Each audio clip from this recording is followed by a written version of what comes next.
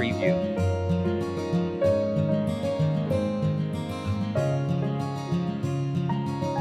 He called the Father of Nephrology in this country. You have not only trained hundreds of students, but your students have trained further, and you have now trained not only the title of grandfather, but great grandfather as well. And on this occasion of Avatar and Daily Nephrology Society is presenting you this honoring with Bhishma Pitamah Award. We would like to have a message on this occasion so that your absence will not help during the conference.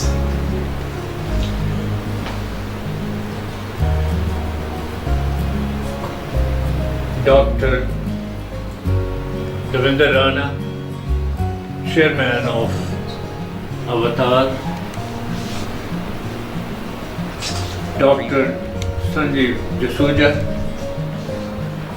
one of the main forces behind this organization, Dr. Sanjeev Saxena, President of the Delhi Nephrology Society, invited faculty from overseas who have specially come to attend this meeting, the faculty from the country, all delegates attending this meeting. First of all, I'd like to thank you for inviting me to participate in the 5th meeting of the Avatar. I consider it a great privilege for me to have been invited. In fact, I would have attended this meeting in person since I never missed such meetings, but because of my personal health problems, I'm unable to do so. My sincere apologies for not being in person with you. Today, this year, I have completed 6 decades of my journey through Indian nephrology. As perhaps many of you would know, that I performed the first renal biopsy in this country in 1956. Ever since, I have been involved in the various activities of the nephrology in this country.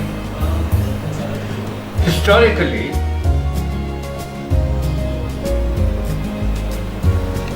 this meeting concerns interventional nephrology. Preview. Is it really different from nephrology in general?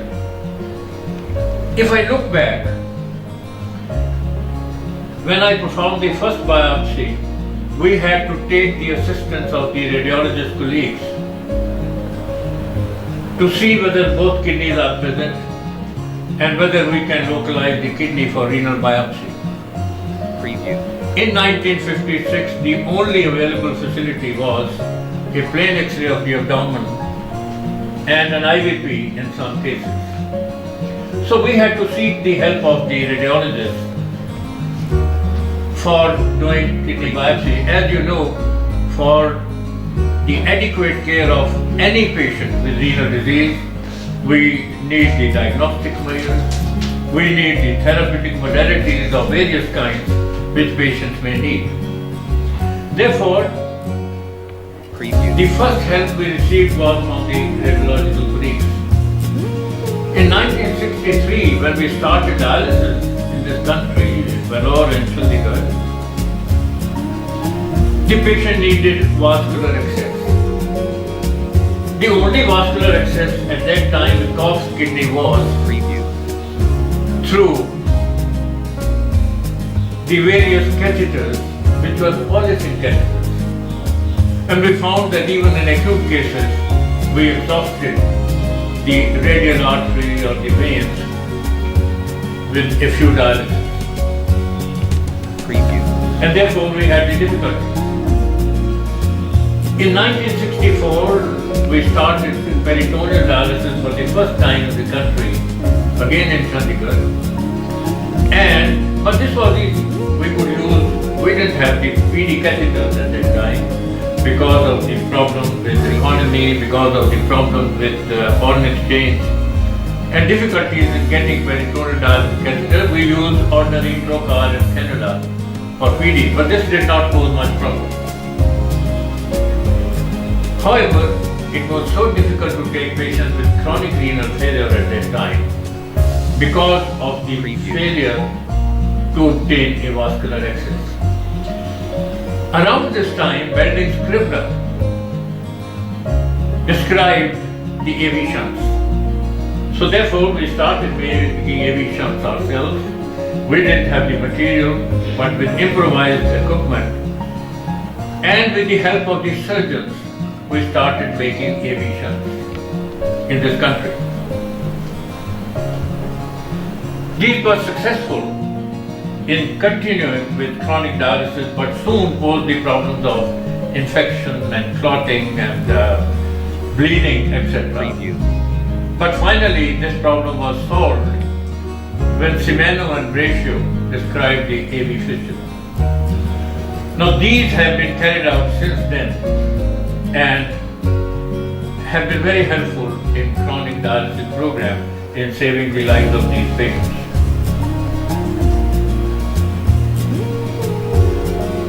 Therefore, we needed the help of the surgeons.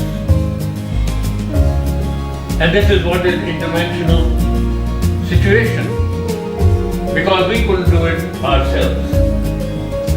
But there were three more problems which arose at that time. One is that whenever we wanted to fix our fistulas with these vascular surgeons or colleagues, we got the date, sometimes they were postponed, they were busy, and many times we felt frustrated that every time for some other important procedure, these could be postponed, and many times the dialysis were delayed. The second frustration was with the patients.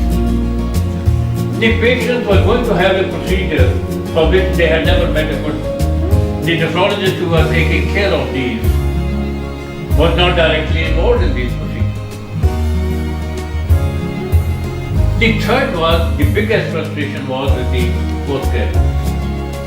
Now, the postgraduates who had the training for doing dialysis or other facilities, whenever they went out, they didn't have these access to the vascular surgeons or radiology and other things, and therefore they felt frustrated and they had to refer their patients back to the original units where they were working or some other units where these procedures could be performed.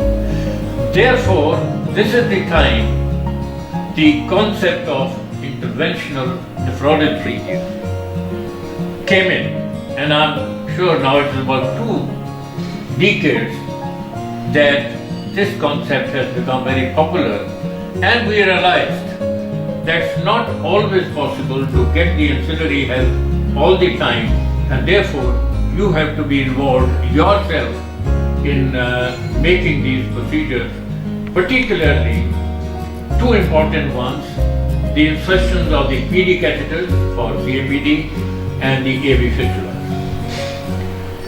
Therefore, it was considered that ancillary help is very important, and it is also important that you involve yourself in the interventional procedures. But the problem was that if you are not well trained yourself, this could create more problems for the patient as well as yourself.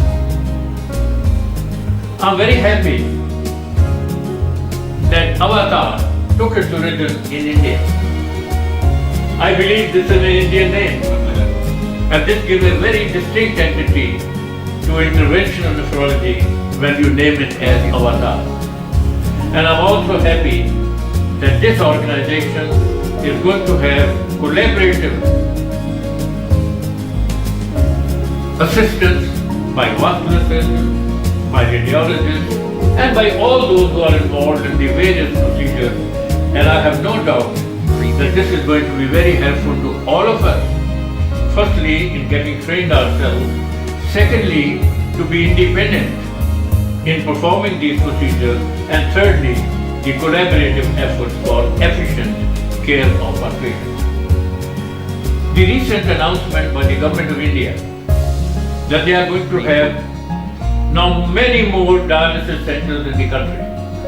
And this is on the pattern of the experience we have from Andhra Pradesh.